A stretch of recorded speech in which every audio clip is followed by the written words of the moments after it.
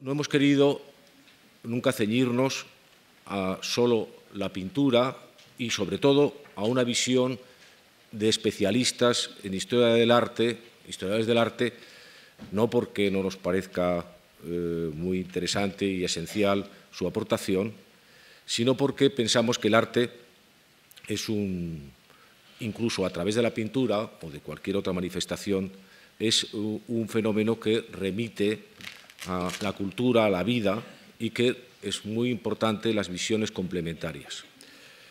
En el caso de hoy tiene particular énfasis esta apertura porque la construcción en la época contemporánea ha tenido un cuño marcado por la ingeniería civil de una forma realmente decisiva, ¿no? Y en este caso, pues, además, la era romántica es donde empieza a desarrollarse esa secularización de la ingeniería que hasta entonces había sido militar y que entonces después se convierte en ingeniería civil, es decir, se convierte un poco en esa forma de aprovechar todos los progresos científicos técnicos que la revolución industrial ha producido y los transforma en forma, en construcción, por tanto en arte. Y el momento de la época romántica es precisamente cuando los primeros pioneros crearon esa nueva senda que hoy está absolutamente asumida y reconocida después de muchos conflictos y polémicas a lo largo de los 2 últimos siglos como un elemento esencial en el patrimonio histórico-artístico de la época contemporánea. Bien, para hablarnos de la creatividad formal de la ingeniería civil en el romanticismo, no podía venir alguien más cualificado que Javier Manterola, que, como he dicho, no solamente es ingeniero, sino que ha sido catedrático de puentes en la Escuela Superior Técnica de Ingenieros de Caminos, Canales y Puertos de la Universidad Politécnica de Madrid durante 30 años, ahora es catedrático de mérito, es miembro de número de la Real Academia de Bellas Artes de San Fernando y, sobre todo, es el autor, el creador de quizá algunos de los mejores puentes que hay no solamente en nuestro país, sino en varios lugares de Europa y de América. Es quizá nuestro ingeniero más internacional, tiene todos los galardones, que no voy a contar, internacionales y nacionales por su labor creadora en su misión como ingeniero, sobre todo especializado en puentes, pero también muchos de los edificios más emblemáticos, incluso de nuestra ciudad, él ha hecho su estructura y ha trabajado con los mejores arquitectos españoles y, ya digo, pues hay una cosa también muy, digamos así, interesante y que puede parecer de una belleza discreta, y es que muchas de las cosas que usamos en general de la ingeniería y concretamente también de muchas cosas, puentes que atravesamos cuando estamos haciendo algún recorrido por España y que nos llama la atención, pues su autor es Javier Manterola y otros ingenieros también que no solamente hacen puentes, sino que hacen muchas otras cosas, como ustedes saben, incluso se enuncia en su propio título profesional. Quiero decir que estoy muy satisfecho y feliz con su presencia aquí, quiero agradecérsela y, sin más, pues les dejo ya para que les pueda seguramente ilustrar y disfrutar con su conferencia. Muchas gracias. Muchas gracias al profesor Calvo Serraller, que me ha hecho esta tan generosa presentación. Y efectivamente, y yo no solo tengo que dar las gracias por el hecho, más cercano, por el hecho de haber sido invitado a dar una clase dentro de este curso, sino por el valor que ha supuesto introducir un tema como el que yo les voy a hablar dentro de un mundo que es más bien gobernado, digámoslo, por la pintura como gran, aunque en este caso la era romántica debía haber sido gobernada por la música, que es el arte verdaderamente fundamental que se produce durante esta época. Yo voy a hablar, como dice el título de mi conferencia, de la aportación que se ha planteado. ¿No se oye bien? Espera, aquí quizá. Mal. Debo tenerlo, espere, yo voy a resolver esto. Sí. A ver si ahora hay suerte. Era un problema de distancia. Bueno, pues me parece un poco valiente el introducirme dentro de un mundo que está gobernado, como decía, debía estar gobernado por la música, ya que es con la poesía el arte verdaderamente fundamental de la época romántica, y en un campo que, como ya ha dicho muy bien el profesor Calvo Serraller, va a producir una transformación radical del mundo de la construcción, de cómo concebimos las construcciones. Desde entonces se produce una ruptura bárbara, que todas las rupturas son siempre bárbaras, y eso se hace al principio de la época romántica. Prácticamente todas las primeras obras en que cristaliza la primera revolución industrial y el conocimiento que iremos viendo hoy se produce prácticamente al principio de la época romántica. Voy a hablar de puentes, es lo mío, siempre ha sido lo mío, pero la creatividad formal de la ingeniería civil en el romanticismo que empieza y se ve. Este es un puente de que hablaremos un poco, es un puente importante que tiene su propio castillito, arrastrando toda la forma y los planteamientos de la época romántica. Yo quiero indicar una cosa en primer lugar. Voy a hablar, este cambio se produce por el material. La relación que hay entre la forma arquitectónica y el material es fundamental. Hasta el siglo XIX, toda la construcción está gobernada, todo el talento puesto a lo largo de tantos años por tantos arquitectos, a lo largo de más de 20 siglos, está absolutamente relacionado con el hecho de que se va a construir en piedra. Eso es fundamental y a mí me parece importante primero empezar a hablar un poco ligeramente sobre esta relación porque me va a ayudar para poder transmitirles a ustedes la aparición del hierro y la hecatombe que supone en este mundo de la construcción la presencia de este nuevo material.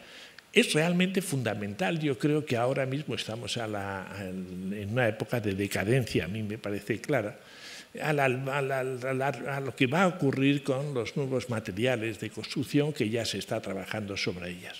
Por eso me ha parecido fundamental empezar planteando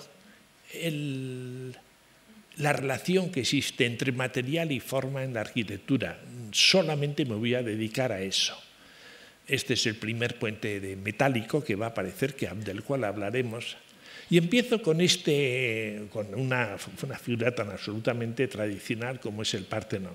Y no me voy a dedicar a establecer su belleza ni el agrado de su relación, sino el hecho importante de que está hecho en piedra. No sé por qué de la construcción en madera, que es el que está a su derecha, se transpone, no entiendo muy bien cómo los griegos pudieron empezar a trabajar en mármol, como está ahí, porque lo que sí es cierto es que la madera es muy útil para acoplarse a muchas situaciones y la piedra es pesada, es frágil, es rígida, pero lo que sí es cierto es que se conserva bien y es hermosa. Yo siempre tiendo a pensar en esta segunda propiedad, el hecho que les lleva, y entonces aparecen cosas contrasentidos. Miraos con ojos actuales desde el punto de vista de que se entiende que el capitel ese, por ejemplo, que estamos viendo encima de las columnas, es un error.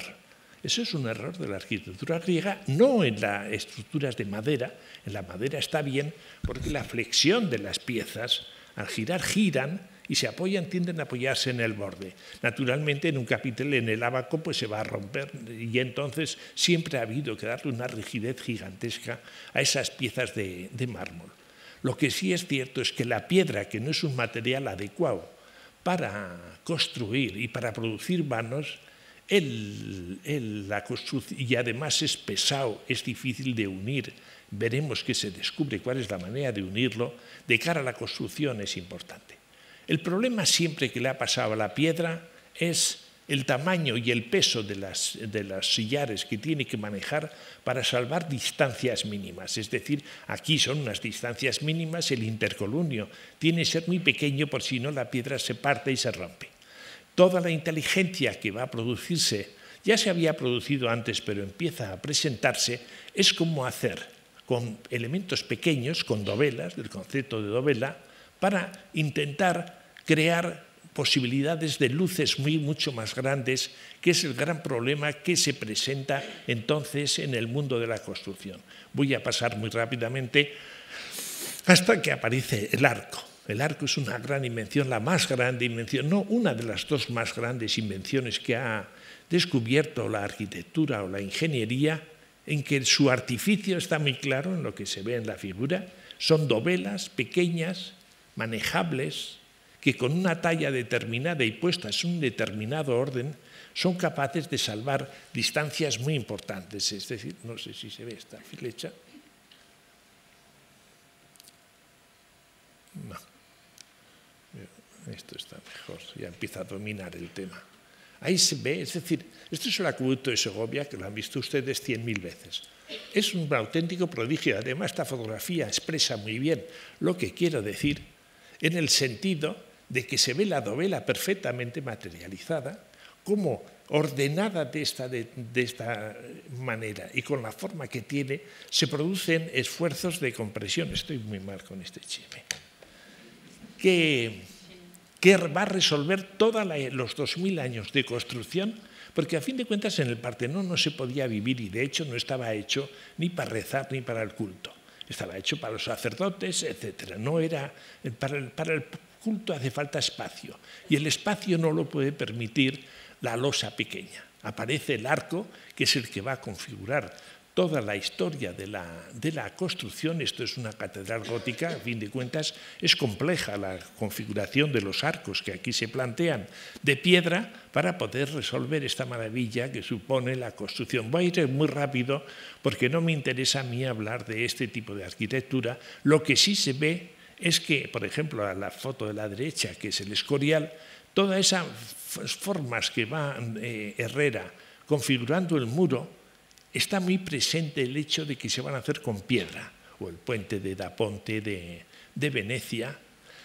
Este puente me gusta ponerlo, siglo XVII, porque empieza a aparecer, es el mismo puente que siempre, y veremos que a lo largo de más de 2000 años el puente es el mismo siempre, un arco de piedra, aquí está perfectamente establecido, así con el ratón no puedo hacer, un arco de piedra que se ve aquí, sobre el cual se pone un relleno, unos tímpanos para sostenerlo, y un perfil en que este simple perfil a mí me parece que produce un cambio en la configuración del puente que lo convierte en un hecho hermoso, que es lo que tendremos que ir viendo en formas mucho más difíciles que esta, que es a fin de cuentas una forma fácil.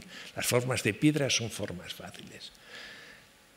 Los chinos, por ejemplo, está claro que esto que está en el Palacio de Verano de Pekín, el primer puente de la izquierda, que no lo veo yo con el primer puente a la izquierda, no hacía falta en el mundo chino el hacer el levantamiento del arco para configurar el paso. Sí, ciertamente que pasaban barcos y embarcaciones por debajo, pero esa enorme subida, hay una intención desde el punto de vista de la apariencia de un objeto en el espacio, lo que después podría ser la estética de los puentes, que realmente es, en este caso, arbitraria porque se plantea exclusivamente para producir esa impresión de lo que es para un puente para los chinos. El de la derecha es un puente japonés preciosísimo. Los dos son muy incómodos de utilizar y de pasar, pero son unos puentes preciosos. Es decir, es otra de las intenciones que tengo yo en esta conferencia, de intentar que se introduzca en ustedes una manera nueva de ver. Hay que mirar las cosas de otra manera y desde ese momento podremos empezar a captar lo que es la esencia. Por último, me parece que esta es la última diapositiva, que pongo la presencia de la piedra en el mundo de las formas, que es, a mí me parece significativa, no solo por el Belvedere de Viena, que es el de la izquierda, sino no voy a entrar en los planteamientos de por qué, por ejemplo, los inválidos, que es lo de la foto de la derecha, la presencia de las columnas, de los capiteles, de las formas vienen heredadas del esto, acumulan toda la inteligencia puesta en la construcción en piedra y configuran, de manera que yo llego a creer que un arquitecto de la época no puede pensar cualquier edificio más que si va a estar hecho con piedra. Esto es un anacronismo porque este es un puente, es el mismo puente siempre otra vez en Logroño, pero este es ya prácticamente principio del siglo XX. ¿Qué ha pasado mientras tanto se ha producido en la historia para que los hechos que vamos a empezar a relatar y la trascendencia que han tenido de cara al futuro ocurran? Aparece en principio, pongo ahí en el cuadro, la revolución científica. Desde Copérnico en 1543 se escribe de revoluciones a 150 años después, cuando Newton escribe su famosa filosofía natural y principia matemática. Hay una transformación fundamental en el hecho de entender la realidad. Hasta entonces la realidad está muy gobernada por prejuicios, sobre todo el concepto de prueba y error, que es el que ha configurado siempre cuando uno hacía un puente, es un tema que conozco mejor. Lo que hacía es decir, bueno, pues la pila tiene que tener un ancho del cuarta parte de la luz, la coronación del arco tiene que ser 1/10. Quiero decir, había una serie de reglas que se habían ido planteando a lo largo de la historia para ir configurando el dimensionamiento de un puente de piedra. Cuando empieza en el siglo XVI hasta el siglo XVIII y después va a seguir a lo largo de muchos años, empiezan a mirarse de otra manera las cosas. Ya entonces se empiezan a hacer hipótesis, se establece una comprobación de las hipótesis, se empieza, por así decirlo, a ir configurando el mundo científico, que es lo que va a suponer un soporte sólido de cara al progreso correspondiente. La revolución científica, que no solo empieza en la mitad del siglo XVI, sino sigue hasta ahora, en la construcción se distinguen todos esos hombres que ahora mismo no me interesa hablar sobre ellos. El segundo problema importantísimo, a mí me parece fundamental, que se produce a lo largo del siglo XVIII, es la Ilustración. Es lo mismo otra vez que el planteamiento científico que establece la razón como único camino del conocimiento, liberarnos de dogmas metafísicas, de las supersticiones religiosas, de los prejuicios morales, defensa del conocimiento científico, los derechos naturales del hombre. Kant con su famoso sapere aude, de tener la valentía de utilizar tu propia inteligencia. Es decir, esto acompaña exactamente igual, pero ya en un mundo mucho más general que va a ser fundamental para la ruptura que va a suponer el romanticismo. Y después la tercera gran antecedentes que tenemos de nuestro problema es la revolución agrícola inglesa. Es decir, el terrateniente inglés no es un hombre que se dedica simplemente a conservar lo que le han dado sus padres, sino que empieza a cultivarlo. Empieza a meter ciencia al hecho del cultivo, lo que hace que en 100 años se duplique toda la producción inglesa, lo que hace que haya mucho excedente de personal en esta época, que después va a recoger la industria y la revolución industrial, que es donde va a estar inmerso todo el problema que estamos hablando de la presencia de la construcción nueva en el romanticismo y a continuación. Durante esta época, fijaros que se suele suponer que el romanticismo empieza a plantearse para el último tercio del siglo XVIII y prácticamente hasta mitades del siglo XIX, un poco más según las zonas. En esa misma época se produce la Declaración de Independencia Americana, absolutamente fundamental, y después, sobre todo, lo que ya nos atañe especialmente, la Revolución Francesa, que se produce también en pleno romanticismo, 1787. No quiero con esto decir que todos los movimientos que se van a producir durante el romanticismo estén influidos por el romanticismo. Por ejemplo, Hegel vive toda su vida, desde 1770 hasta 1830, que me parece es un hombre totalmente imbuido en el romanticismo, y sus planteamientos no son tan románticos como pareciera. Y la tercera revolución, que es la más importante de las tres, con gran diferencia, es la primera revolución industrial, cuya primera manifestación es ese puente metálico que ya hemos visto y sobre el que volveremos. La primera revolución industrial, según los historiadores, es el cambio más revolucionario que se produce en la historia de la humanidad desde el Neolítico. O sea, han pasado un montón de años y lo más importante que ocurre es lo que va a dar origen, dentro del cual se va a inscribir todo lo que vamos a hablar. Esa es la revolución agrícola que he comentado hace un momento. Después la industrialización de cualquier actividad humana, la energía empieza a ser solo no la humana, sino el vapor, toda la industria textil que se va a producir en Gran Bretaña en esa época. El transporte aparece en las grandes comunicaciones por canales que establecen entre los principales cauces fluviales como elemento principal para el transporte. Y sobre todo el ferrocarril. El ferrocarril, la presencia del ferrocarril es la que va a incentivar todo este camino de progreso en el mundo de la construcción. Quiero decir una serie de cosas del romanticismo porque he trabajado bastante en la conexión de todas estas manifestaciones ingenieriles de que voy a hablar con el espíritu romántico que al principio se me hacía difícil de entender. El romanticismo es una contestación directa contra la Ilustración. O sea, todo lo que la razón fundamentaba como causa primera y básica de todo el entendimiento humano, el romanticismo hace lo contrario. Contra la razón se exalta el sentimiento y la pasión. Contra la cultura, lo natural e intuitivo. Contra la regla, la fantasía y la genialidad creadora. Esta definición de la obra de arte es muy romántica. La obra de arte es lo infinito que se manifiesta a través de lo finito. A mí me parece fantástica. Ha sido toda la concepción que tenemos sobre el arte actualmente. Viene gobernada precisamente por todo lo que los habla. Esto es Schlegel, todas las partes inferiores de estos comentarios. Esa definición de lo que es el arte nunca ha tenido una manifestación tan absolutamente exuberante como les ocurre con los filósofos alemanes del finales del XVIII, principios del XIX. Estoy hablando no solo de Schlegel, estoy hablando de Novalis, poetas, además es un poeta.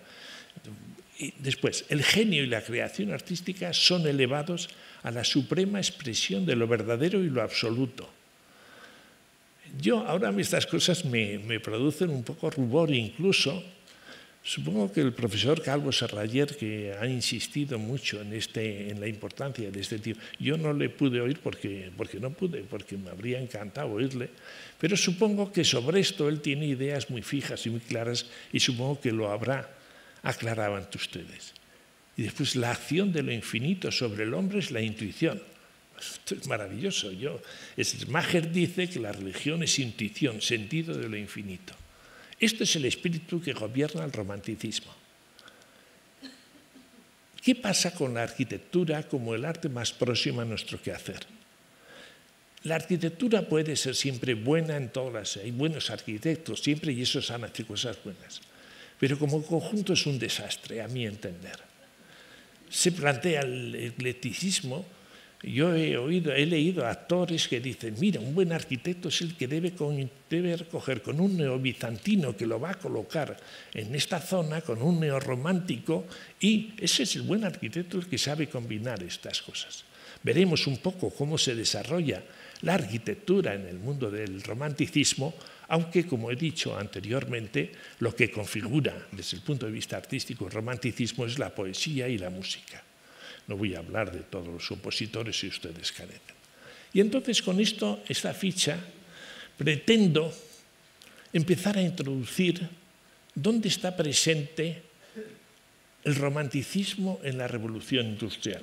Aquí tengo una hoja en que dice lo siguiente. La primera revolución industrial produce hombres cuyos planteamientos básicos corresponden parcialmente al del hombre romántico y coincide con la manera de ser y aspiraciones de los ingenieros ingleses citados, que me parece que los he borrado. El renacer del instinto y la emoción, de la intuición y la fantasía, del genio individual en contacto directo con el cielo, único interlocutor válido, el descubrimiento de la naturaleza como fuerza omnipotente con la que hay que luchar y el sentimiento patriótico son características de todos estos ingenieros. Estos ingenieros me parece que estaban en la página anterior. No, en la anterior. No los he puesto. Realmente yo estuve viendo, conozco bien toda su obra, le dediqué un tiempo importante viajando para verlos y todos estos ingenieros, aquí están, Smithson, Rennie, Telford, Stephenson, su hijo Robert Stephenson, Brunel, que es el último. Todos estos están, bueno, no sé si todos, Brunel desde luego, Telford también, Stephenson también, están enterrados en la Catedral de Westminster con los grandes héroes nacionales alemanes e ingleses. Con Nelson es una catedral que se puede visitar y ver allí es muy interesante ver a Brunel junto con Nelson y con todos los grandes héroes. Quiero decir, los ingenieros que nacen, eso es importante, nacen con la primera... Hasta entonces no había ingenieros, hasta entonces había arquitectos, entendiendo por tal la configuración que nosotros conocemos. Y se produce con esta irrupción del hierro y sobre todo con la aplicación de la ciencia al mundo de la construcción, que es novedoso totalmente. La ciencia ya ha estado explicando cómo ha ido evolucionando y de manera que se empieza a volver operativa y ya las cosas no se hacen por prueba y error, sino se hacen desde un punto de vista científico, crea una disyuntiva al mundo de la arquitectura. Yo entiendo la conceptualización que ha hecho la arquitectura a lo largo de su historia, de las realizaciones de sus obras con la piedra, a mí me parece tan formidable que es difícil que un arquitecto en el principio del siglo XIX, final del XVIII, cambie a lo que estaban haciendo los ingenieros. Les va a costar 100 años a los arquitectos darse cuenta de que las cosas han cambiado radicalmente. Y es el mundo de la ingeniería que introduce la ciencia en la construcción y elimina el procedimiento exclusivo de prueba y error, como he dicho. Llega a establecer un hecho que a mí me gusta muy poco, pero, por eso decirlo, el hombre, el arquitecto antiguo, se desdobla en dos. Uno sigue, por así decirlo, los problemas de la estética y el arte, que es el que sigue la conceptualización de la arquitectura en piedra, y otro que abandona ese camino, que se llama ingeniero desde entonces, que utiliza la construcción utilizando la construcción desde un punto científico. Esta individualidad se forma en Telford, por ejemplo, que aquí está indicado. Es un hombre que vivió toda su vida siguiendo sus obras, ni se casó, era un auténtico monje que vivía exclusivamente dedicada a la creación que va a configurar una parte importante del asunto. Brunel está considerado como el segundo hombre más importante que ha existido en la historia de Inglaterra. Los Stephenson, veremos obras suyas, son hombres absolutamente románticos en el sentido no del revival, de volver a la estructura antigua, a los neos que he estado comentando antes.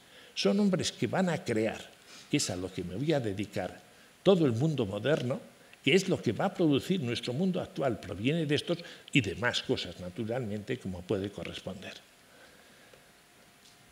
Y aparece esto. Lo enseñaba antes, este puente es el puente de Coalbrookdale, es 1779. Yo no sé, cuando he visto este puente, lo estuve viendo en su día, lo comparo con el puente de Mostar, que no viene ahí más que como elemento de comparación. Es decir, este puente, el puente metálico, lo había visto, pero no había hecho la siguiente correlación. Resulta que este puente se hace a la vez que Mozart hace la flauta mágica. Compone la flauta mágica, o Balthasar Neumann hace el Neresheim, la iglesia rococó de Neresheim. A mí, cuando veía yo este puente, me parecía que era 2000 años posterior. Tal es la modernidad que va a abrir el puente. Sigue funcionando mal, pero tengo que comer. Quiero decir con esto que... Ya no sé lo que quería decir.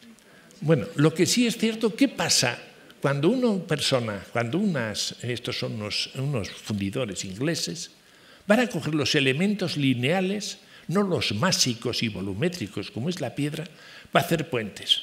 El despiste que tienen es absoluto. No existen antecedentes para nada de la construcción con acero con elementos lineales y existe una enorme tradición de hacer puentes como el inferior de abajo.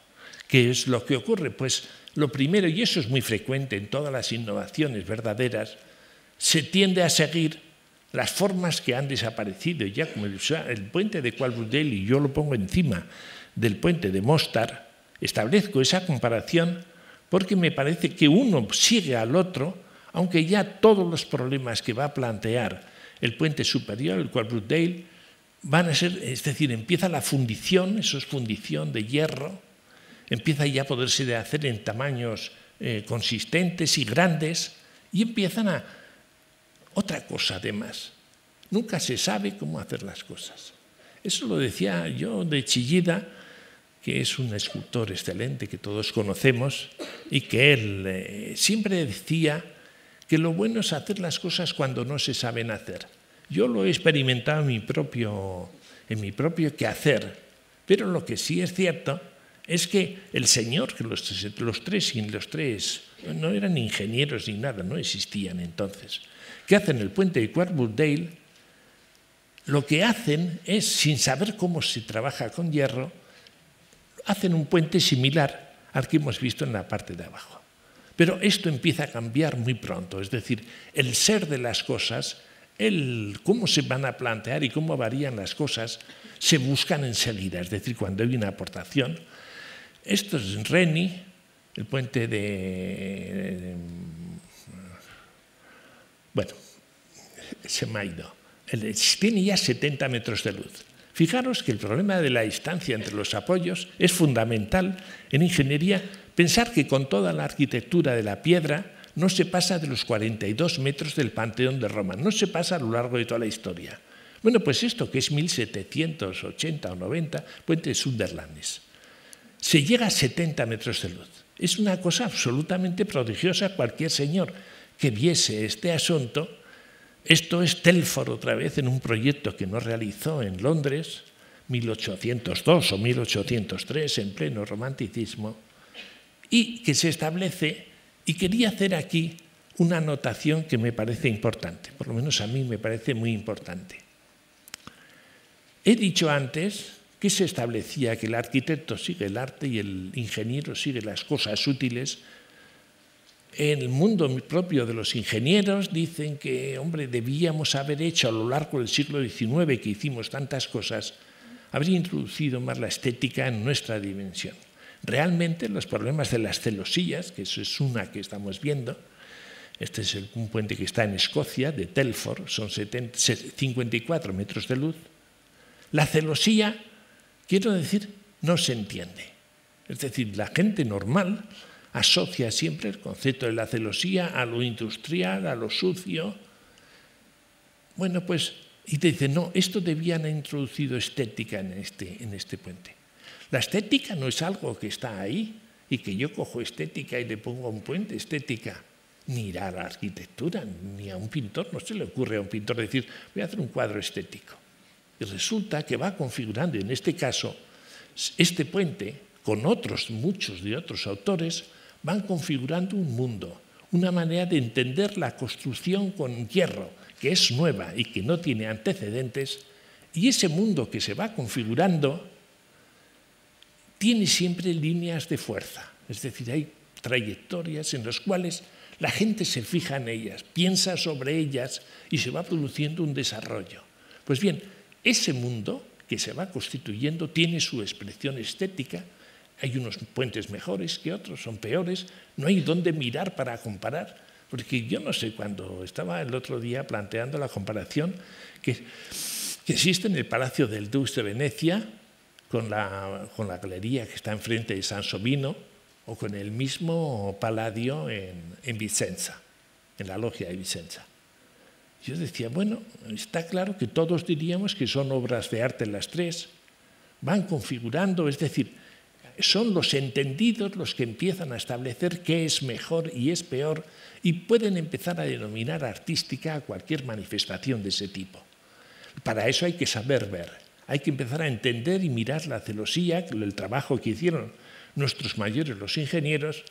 Fijaros que Telford, esto se ve que es un puente de la época romántica porque toda su creación está absolutamente planteada en el propio puente. Y sin embargo le pone unas torrecitas a la entrada que supongo que pensaba, y de hecho Telford hizo varios puentes así, pensaba que para la estética había que ponerle una torre de un castillo normando para que aquello fuese estético. Es una barbaridad que desde luego no ha seguido para nada, ni ha servido para nada, pero se ve la presencia del tiempo en un proceso creativo como es todo el centro, con respecto a una imaginería exterior como corresponde al puente. Voy a ir muy rápido. Este es el puente, este es Eiffel. De Eiffel habría que hablar mucho. Era por decirlo suave, una mala persona. Robaba a sus ingenieros todo lo que quería. Esto es de Koechlin, por ejemplo, se lo robaba. La Torre Eiffel, desde luego, no quiso hacerla él, hasta que se dio cuenta era un avispado en ver entonces la precisión con la cual sabía ver y distinguir muy bien qué es el bueno y era el malo, y siempre se rodeaba de gente muy buena que hacía su trabajo y después, si le gustaba, se lo apropiaba. Bueno, de hecho, no fue a la cárcel, bueno, fue a la cárcel, de hecho, cuando las famosas en el canal de Panamá, que se arruinaron todos los franceses, salvo él, que ganó mucho dinero con las compuertas, se vio que había hecho elementos fraudulentos. Sin embargo, este es un excelente puente de Koechlin, aunque no es de Eiffel. Eiffel era un constructor, como puede ser entre canales. Un puente alemán conocido, los Nibelungos. Y se ve la mezcla que existe entre la presencia del mundo nuevo que están inventando los ingenieros y el mundo barroco que está presente en estas torres enormes que se ven al principio y al final. De hecho, este puente se destruye. Los alemanes tuvieron la suerte de que en la Segunda Guerra Mundial les destruyeron todos los puentes y hubo que hacerlos nuevos y empujaron una barbaridad. Lo cierto es que el mundo de los puentes le debe mucho a los alemanes porque es que se los habían tirado todos. Si seguimos avanzando en el tiempo, ya estamos hablando del final del siglo XIX, este es el famosísimo puente de Bayonne en el Kilbancourt. Fijaros que estábamos hablando antes de que el Panteón de Roma tenía 42 metros, este tiene 500. Es decir, el cambio de escala en poquísimo tiempo es tan fundamental. Y estos son puentes míos, muy simples y muy pero es un puente mío, como este es otro. Las posibilidades que da la tecnología para empezar a configurar relaciones entre el tablero y el arco que son especiales. Este es el puente del tren de alta velocidad que cruza el estrecho el pantano de Contreras y se ve que es un dintel, por lo menos la intención que tuvimos al hacerlo fue un dintel simple, limpio, que salta tranquilamente sobre un arco que después se pliega para acomodarse a las cargas. Yo creo que es un hermoso puente, aunque yo haya trabajado en ello mucho, pero lo que sí es cierto, y es lo que he querido plantear, es herencia directa de los planteamientos que los Telford, Brunel, Stephenson, etcétera, hicieron. Segundo problema importante que se produce también a principios del siglo XIX es la viga. La viga era un asunto que no se podía resolver con los enormes losas de ladrillo, de piedra, que, como se ven ahí en el Partenón. Y entonces el problema siempre era, si pudiese hacer yo una viga por dovelas, es decir, con elementos pequeños como he hecho un arco, que pesen poco, los maneje bien. Bueno, esta es una ejemplificación de lo que es una viga de piedra. Ahí se ve que no funciona, tiene que estar en una talla perfecta. Esta es una estribación absolutamente fundamental, porque en el fondo está esto que parece una viga, que no veo la flechita roja yo. No.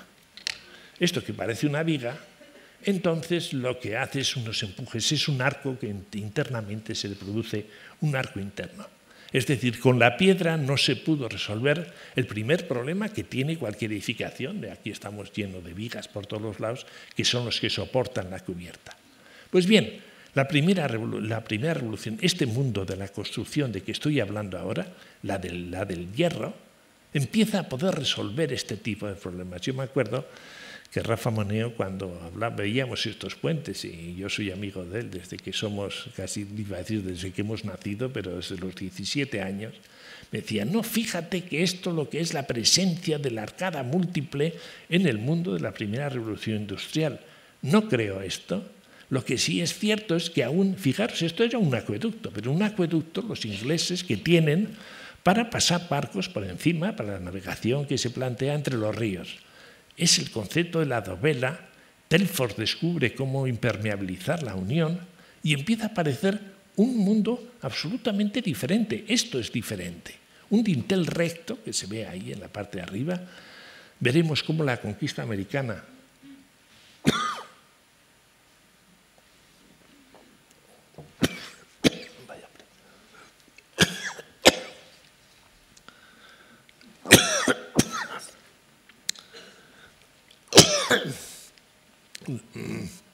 La viga está aquí presente.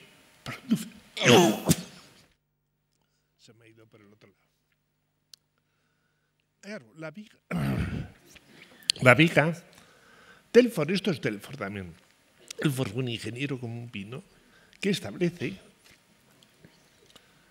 Muy bien.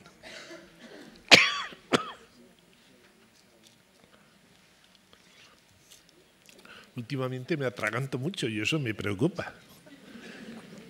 Pero bueno, claro, ¿qué pasa con una viga cuando los materiales resisten lo que tienen que resistir?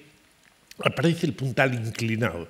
La primera planteamiento diferente que empieza a resolver el problema resistente que se plantea en el principio del siglo XIX. El puntal, que en principio el único antecedente que tiene el hierro es la madera. Son elementos lineales, pero en madera no se había resuelto prácticamente.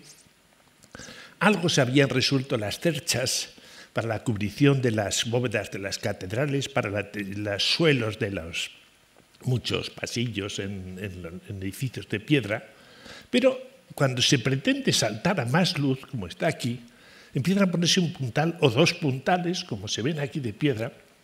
Estos Grubenmann eran dos hermanos que empiezan a hacer, multiplican el concepto del puntal hasta unos niveles extraordinarios, llegaron a construir este puente, el puente de Schaffhausen, eran 50 metros de luz, en el cual se sigue haciendo con un apuntalamiento, como se ve aquí en la parte superior, múltiple, que realmente se ve que esto no tiene sentido proseguir así.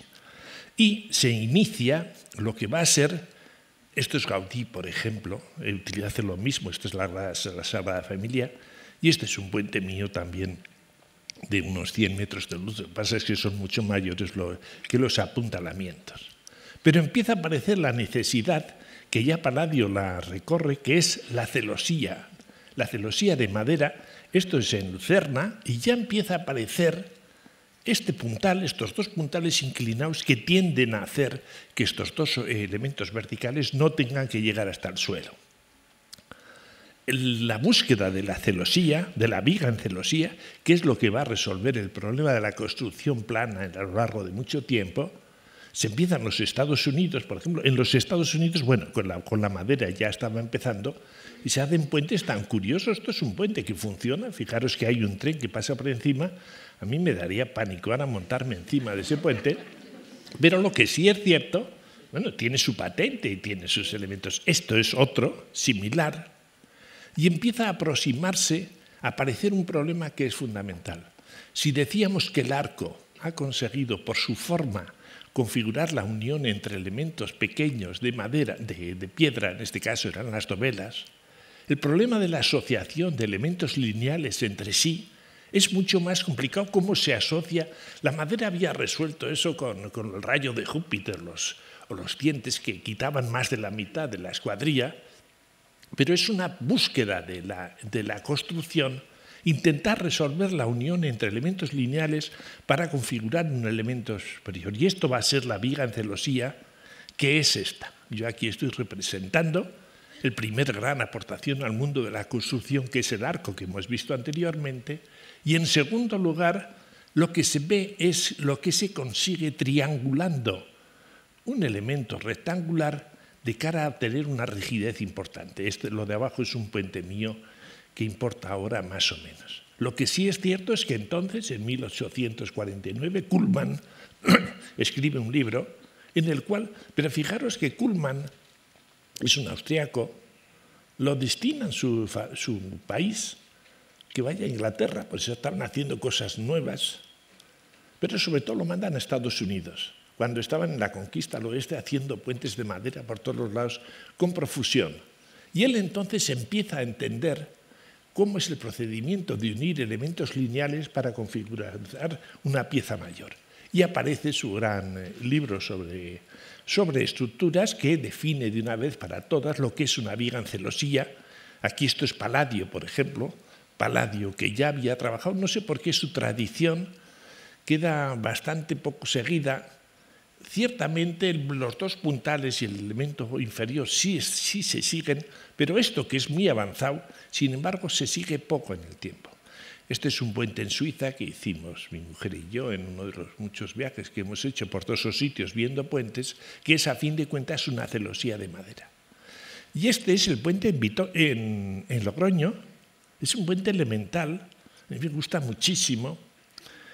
Quiero decir que hay que dar el paso para empezar a gustar de estas cosas, es lo que quiero decir, hay que empezar a mirar de otra manera. Eso lo dice muy bien Proust.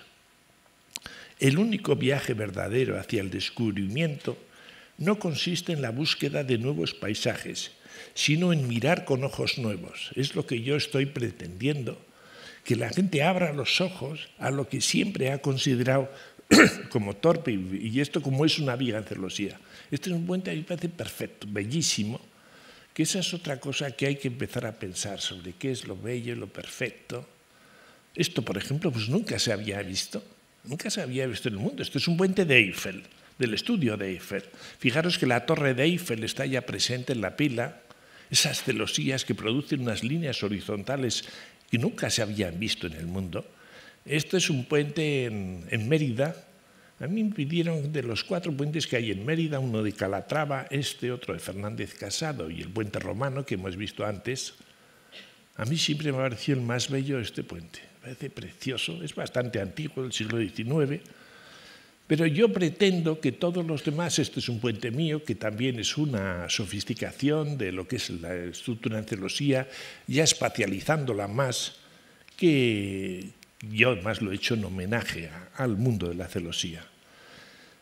Bueno, en esta época se producen miles de puentes que voy a pasar rápidamente sobre ellos porque no me quiero pasar el tiempo. El cajón, el meterse dentro de la viga.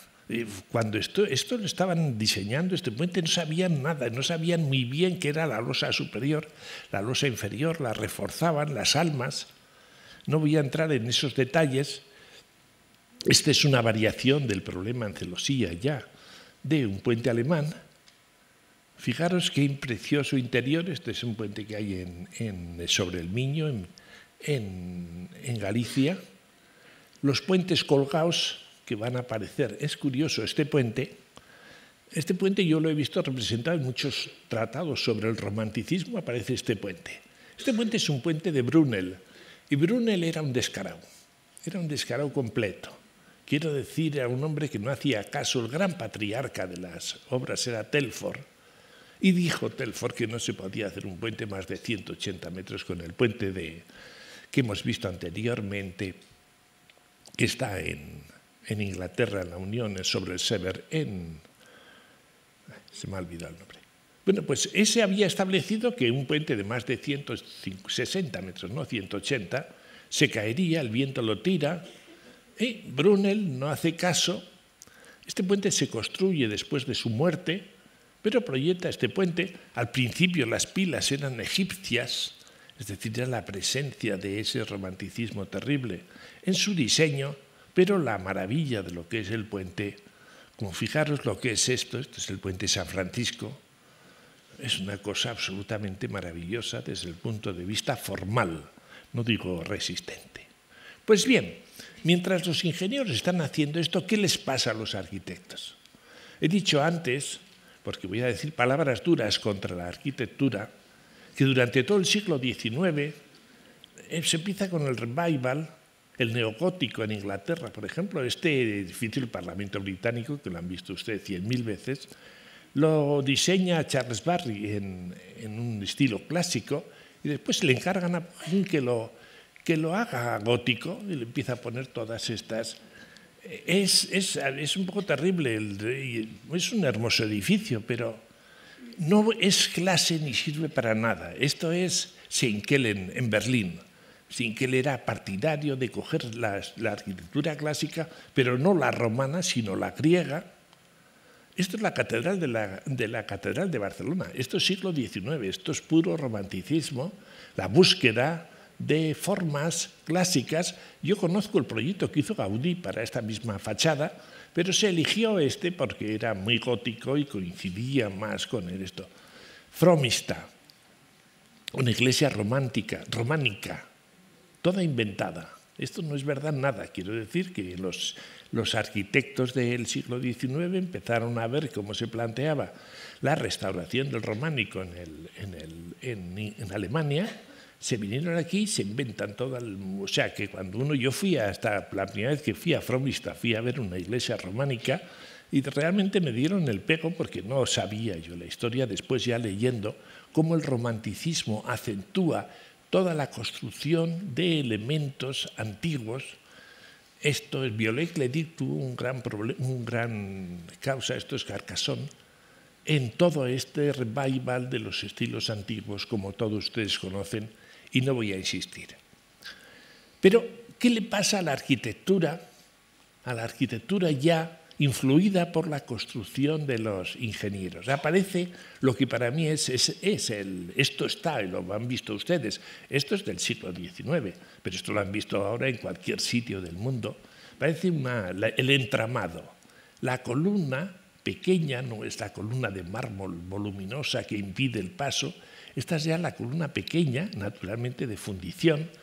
Las vigas no pueden ser de fundición porque la fundición también es un material muy quebradizo como la piedra y se rompe, y aparecen entonces las vigas que son de acero dulce, hierro dulce o si no de acero posteriormente. Y aparece este gran invento que va a configurar toda la construcción de edificios hasta ahora mismo.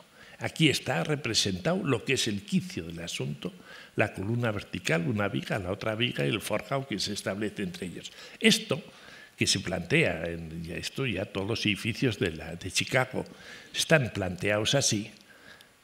En toda esa construcción pobre que se establece en el siglo XIX, ya interiormente la estructura está formada por vigas y pilares, sin embargo muchas veces se plantea la fachada con el doble papel que ha tenido siempre, es muro resistente, es protección contra el frío, tiene un montón de papeles que todo el planteamiento moderno se ha ocupado de eliminar. La fachada tiene que cumplir su función perfectamente establecida, la estructura resistente, su función, etc. Esto es Chicago, esto es un gran ingeniero que se llama William LeBaron Rieni, que empieza, y es el que primero empieza a imponer esa celosía espacial, después se hace arquitecto, este señor, y es el verdadero fundador de la Escuela de Chicago, que no me voy a entretener. Los elementos decorativos con el hierro empiezan a aparecer distintos en un sitio y otro. Esto es Buffalo, que es el puente de Sullivan, es el arquitecto que dice que la forma sigue la función. Y fijaros que aquí no he hecho más que representar una estructura del momento, y esta es una foto a la derecha que yo saqué hace unos meses, de lo que es una estructura ahora mismo. Es lo mismo exactamente. Es decir, han pasado 100 años y es tan buena esa estructura, la que inventan los ingenieros en la época. Segundo punto fundamental de la arquitectura. Yo aquí me he hecho muchas preguntas. Este es el Palacio de Cristal de Londres, de un jardinero que se llamaba Paston, que es absolutamente asombroso. El Palacio de Cristal es un prodigio de edificio, señala una técnica decisiva en la construcción moderna. Es enorme, de 560 metros de largo por 100 metros de ancho, con 34 metros, una altura hasta de 34 metros. Se realizó en 9 meses. Para ello se prefabricaron todos los elementos y se montaron 3.300 columnas de fundición de altura variable entre 4,8 y 6,6 metros, 2.200 vigas, 1.128 ménsulas. Los carpinteros entregaron 205.000 bastidores y 100.000 metros cuadrados de cristal. Es decir, este edificio es absolutamente fundamental en la historia de la construcción moderna. No existe porque se quemó, lo trasladaron a otro sitio y se quemó y no queda nada de él. Pero la pregunta que yo quiero trasladarles a ustedes, todos los datos que he estado yo explicando, están referidos prácticamente casi a un producto de construcción industrial. Esto es hierro y acero, cristal y acero exclusivamente.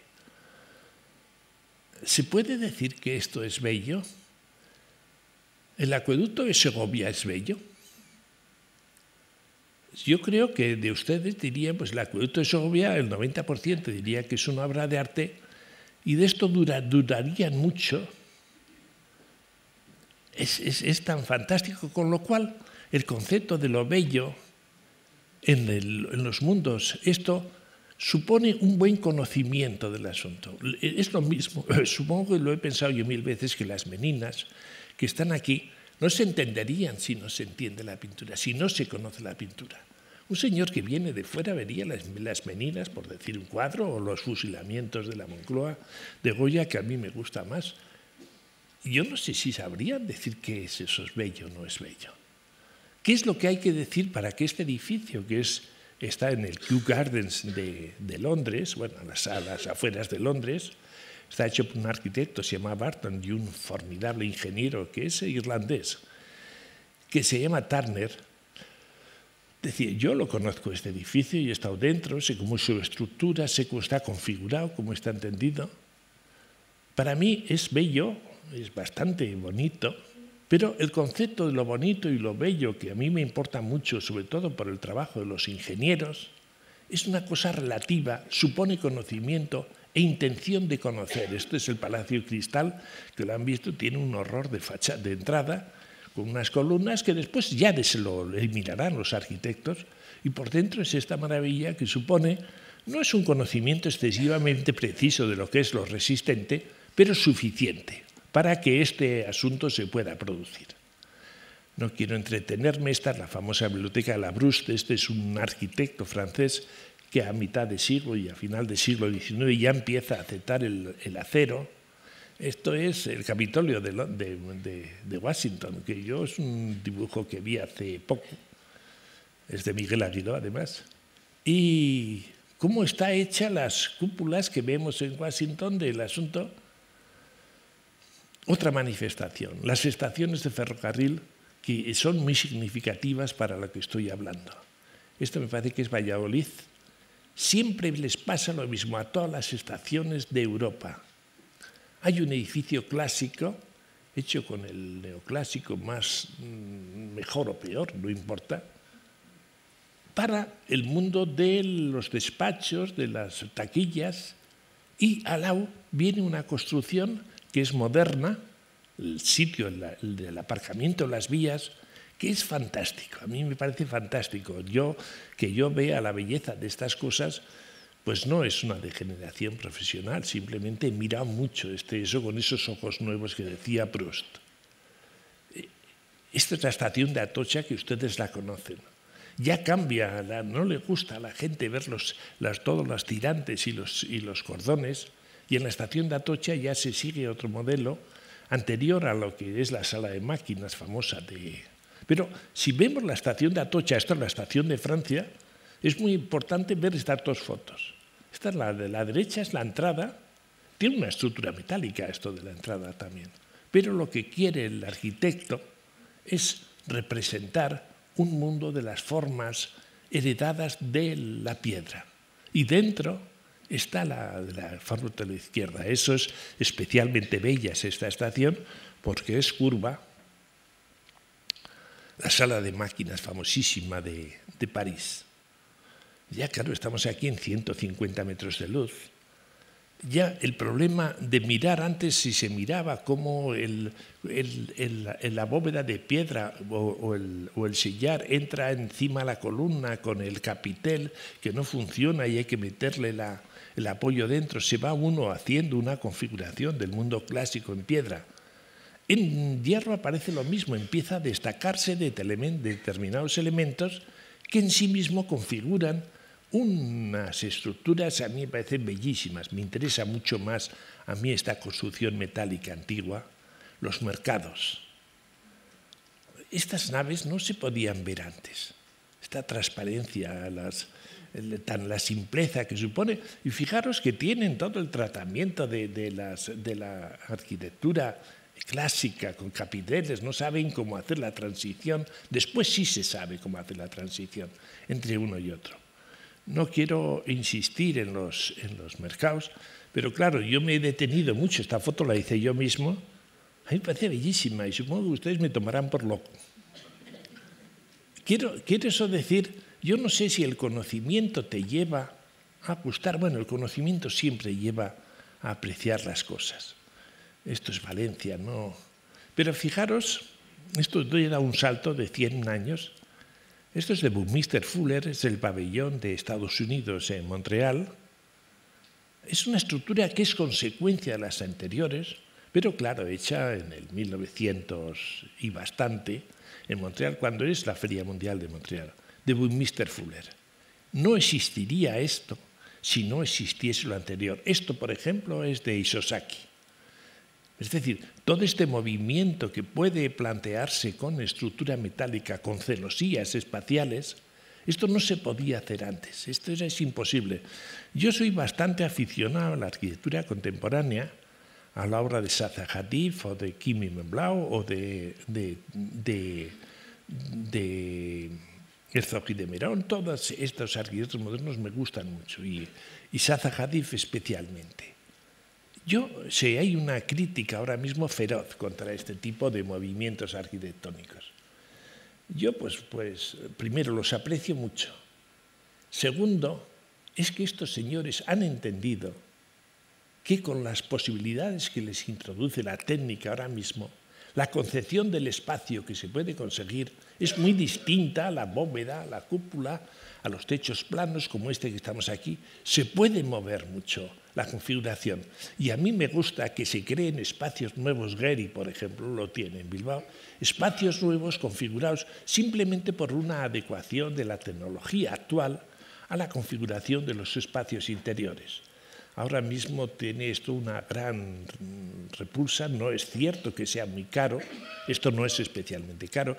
Si les digo ya a ustedes que la cubrición del patio del ayuntamiento nuevo, que es muy simple, son 500.000 pesetas por metro cuadrado, uno se queda absolutamente pasmado con respecto a lo que es la configuración y yo veo una posibilidad de hacerlo nuevo. Y acabo con esto. Hemos dado un repaso rapidísimo a lo que ha sido el trabajo de los ingenieros en la configuración de formas nuevas que no existían antes. He dicho también que a la arquitectura le cuesta 100 años, después naturalmente coge el relevo y lo hace como siempre maravillosamente, le cuesta 100 años entender el asunto. Aún se seguía haciendo durante todo el siglo XIX. Los buenos arquitectos van a hacer buenos edificios siempre y los malos los harán malos con uno y otro, pero el mensaje final es bastante triste, a mí me parece, la del siglo XIX. Después ya se incorporan y sacas una consecuencia. Los verdaderos cambios, esto es quizá demasiado lo que voy a decir, provienen de la técnica, en la arquitectura. Quiero decir, la presencia del hierro, cuando empiezan los ingenieros a trabajar el hierro y empiezan a producir esas formas nuevas, empieza a cambiar todo, la manera de entender todo. Naturalmente la revolución industrial va junto con ella. Existe el problema del conocimiento científico de la resistencia y eso supone una revolución. Yo creo que estamos a las puertas de otra, con los planteamientos de los nuevos materiales, los compuestos de fibras de vidrio, fibras de carbono. Ya las aspas de los molinos esos que vemos todos en el campo ya no son de acero ni nada, son fibras de carbono y fibras de vidrio, son enormes. Eso va a producir, de la misma manera que cuando el hierro se establece en el mundo, cambia todo y lo que vemos ahora mismo es consecuencia de esa época. Yo creo que estamos al inicio de una nueva época que se va a plantear a partir de estos nuevos materiales, porque siempre ha sido el material el que ha cambiado todo el problema de la construcción, de cómo entiende la construcción el hombre. Y nada más, muchas gracias por su atención.